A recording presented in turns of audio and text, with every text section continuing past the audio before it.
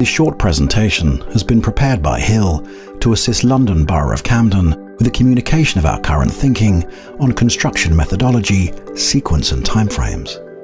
Our vision is to be the leading, most trusted provider of distinctive quality homes in the UK. This project is for Phase 1C of the regeneration of Agar Grove Estate, which is located to the east of Camden Town Centre, London NW1.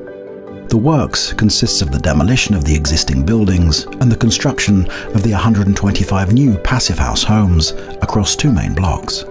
Bordering the site to the north is Agar Grove with residential terraced houses and villas.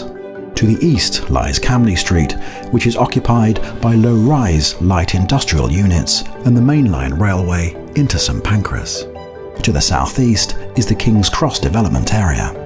To the south is the London Overground railway line and Agar Children's Centre, and to the west is the existing block known as Lulworth House, along with the recently constructed phases 1A and 1B of this regeneration project.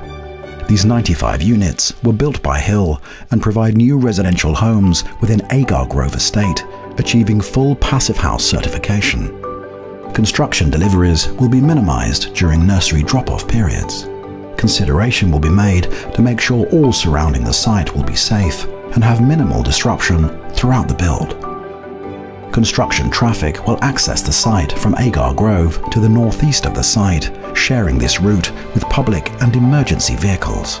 Suspended parking will be required on Agar Grove and by Lulworth House to allow access and egress from the site.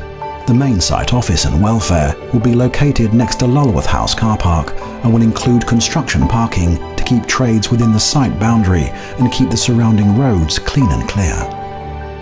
The project is split into two main areas, Block I with 40 new homes and Block JKL with 85 new homes. The construction method of both blocks will be reinforced concrete frame construction to Passivhaus standards. Works will commence once Hill have vacant possession of the area, following the decanting of Phase 1C area residents into the newly completed homes on completion of Phase 1B, which Hill are currently constructing. Demolition will commence once the services have been disconnected and any asbestos removed. Demolition of the existing blocks include Abbotsbury, Ashmore, Frampton, Nettlecombe and 11 garages. A UXO survey has highlighted that the site is a medium risk zone.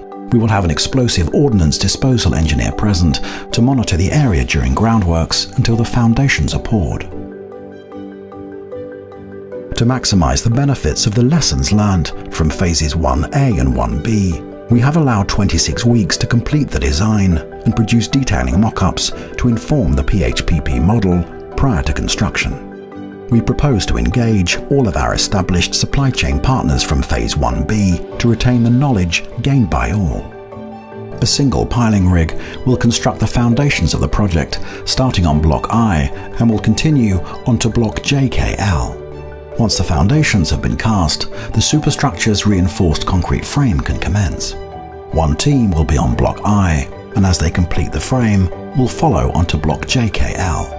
From this point onwards, each block will have independent teams working on the facade construction. A total of 2 Luffer Tower cranes will be used for lifting aids. With a Passivhaus build, we have to alter the way we construct the building and ensure there is sufficient program time for each element to be accurately constructed and thoroughly checked for compliance.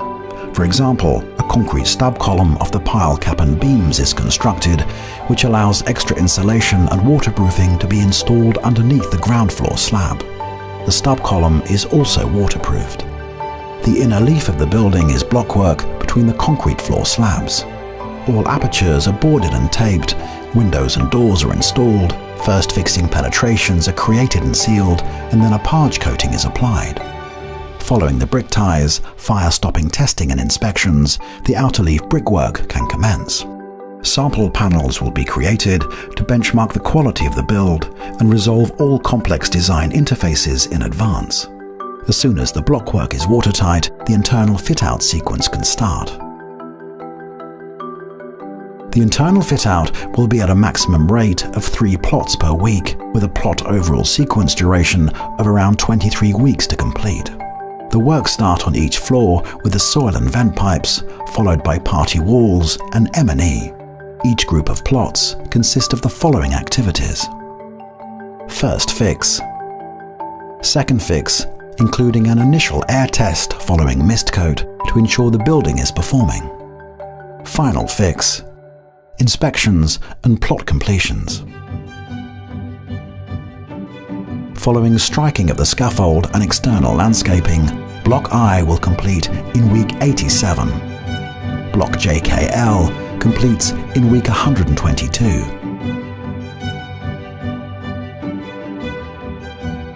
Agar Grove Phase 1C is now complete.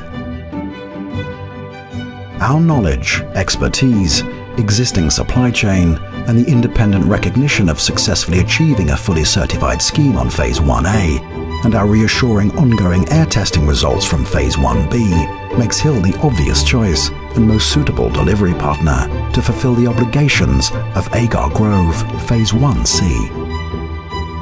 Our vision is to be the leading, most trusted provider of distinctive quality homes,